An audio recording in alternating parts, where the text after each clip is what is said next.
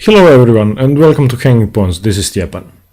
Round 5 of the candidates is over and I have to say it's been very disappointing compared to previous 4 rounds. 4 draws were played in this round and 2 of them not even fighting draws, as if the players were just looking to get the games over with and move on to the next round. I think that's very unwise considering the format of the candidates tournament, as it's a double round robin and you only get to play 14 rounds. 14 rounds means that each one is crucial. And it's crucial because only the winner gets to play Magnus Carlsen for the World Championship title, and coming in second means nothing at all. That's why I think they should play risky chess and go all in to win, and not be content with 20 or 30 move draws like it's a league game or something. In this one I'm about to show you, Liren had the white pieces against Mamedyarov, and both had an okay start to the tournament. Mamedyarov was at 2.5 out of 4 before round 5, and Liren was at 2 points out of 4. Liren was white. He started with d4, Mamedyarov replies with knight to f6, c4, e6, knight f3, d5 and g3, a position we've seen several times this tournament, the Catalan Opening by Ding, and he chooses the most popular opening at the moment in the world, I think, at the top level, and the one opening he knows all 7 players at the candidates will know well and be prepared against, since it's been heavily analyzed and played more and more often since Alpha Zero employed it against Stockfish recently and had something like 28 wins with the Catalan. But anyway, the opening is not bad, by all means, it's a great opening. I just think that he should have played something more surprising if he wanted to push for a win, and I'm sure he definitely did want with the white pieces.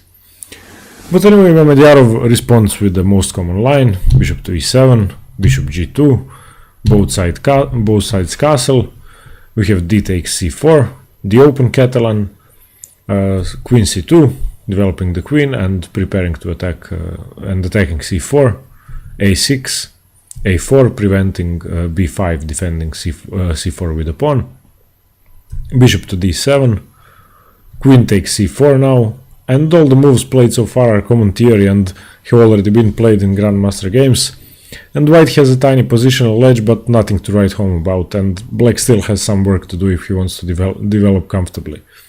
Mamedyarov plays bishop to c6, the first move of the game, which isn't highly theoretical, immediately challenging the bishop on g2 and covering the weakness on b7, because if he didn't do this maneuver it would be really hard to develop his knight and bishop and save the rook from being harassed by the g2 bishop.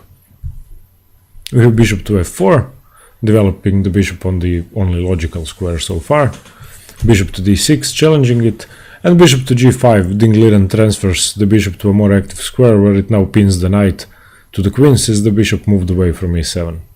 Knight b to d7, reinforcing the f6 knight, knight c3, developing h6, and here Liren plays the first novelty of the game. The best move is definitely to take on f6 and not lose the tempo, but he decides to retreat the bishop all the way back to c1.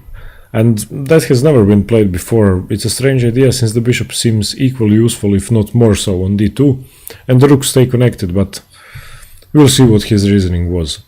After bishop to c1, a retreat which now gives Mamedyarov a small edge in the position, he has more than equalized. And he plays a5 now, preventing white from playing b4, and Liren plays b3, a pretty useless move in all respects. It would have been smarter to develop rooks, but at least he now shows the purpose of retreating the bishop all the way back. He did that and then played b3, so that the bishop can go to b2, so that it can develop to an active diagonal, but I don't think wasting 3 moves, 3 tempi to do that is worth it. Mamedyarov continues with queen to e7, we have bishop to b2, he finally achieved his goal, rook f to d8, rook a to c1, and now bishop to a3 by Mamedyarov, and all of Liren's hard effort was just wasted with Mamedyarov's smart maneuver, queen to e7 and bishop to a3, forcing a trade of bishops, whatever white does, because he would lose the exchange otherwise. So he takes, bishop takes a3, queen takes, and now knight b5, gaining a tempo on the queen.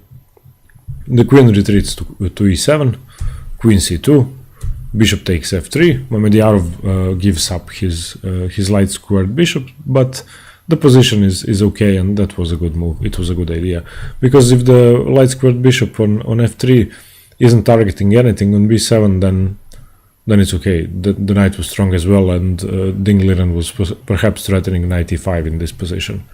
So bishop takes f3, c6, securing his position and forcing the knight away. The knight retreats to c3, knight to b6, preparing to enter the d5 square, e3, reinforcing, and black still holds a minor edge in this position, but he can't really capitalize on it in any way. The game is almost completely drawish from move 1, and that serves the players credit, since they made no really serious mistakes, but they should also be criticized for that, since chess is still a human game, and there are more influential factors in the game than what the engine says. A perfect example is the game played between Kramnik and Caruana yesterday, in which Kramnik created so much complication with his piece sec that Caruana played on increment for 20 moves and almost lost twice. He only ended up winning because Kramnik was in time trouble and he blundered horribly. And even though he was a piece up, Caruana had so much trouble staying alive in the position. But yeah, it's Ding Liren's and Mamedyarov's choice to play this such a boring game. The game went on with e5, d takes e5, queen takes e5, rook f to d1, g6, rook to d2, preparing to double rooks, rook d7, rook takes, knight takes, rook to d1, challenging the knight, h5, rook d4, knight c5, h4. Both sides have solidified their position maximally, king to g7, king to g2, knight e6, and rook d1. And here the players actually agree to draw. The position is equal, but there is still so much to play for that I simply don't see how they could have done this. Firstly, Mamedyarov has a 3-2 pawn majority on the queen side, and if the pieces were to get exchanged, he could have created a dangerous passed pawn, and Ding could have done the same on the king side. Not to mention the fact that the queens, a pair of rooks, and 2 minor pieces for each are still on the board, which definitely gives possibilities for creating attacks. But once again, their decision. They will inevitably regret this chance to push for half a point more when they approach the end of the tournament and the final few rounds, and they will miss, I don't know, a point to catch up to the leaders or something. Okay everyone, thanks for watching, and excuse my frustration with the players' performance and lack of courage. If you liked the video and want to see more chess analysis, please consider subscribing, and see you soon. Cheers, have a nice evening.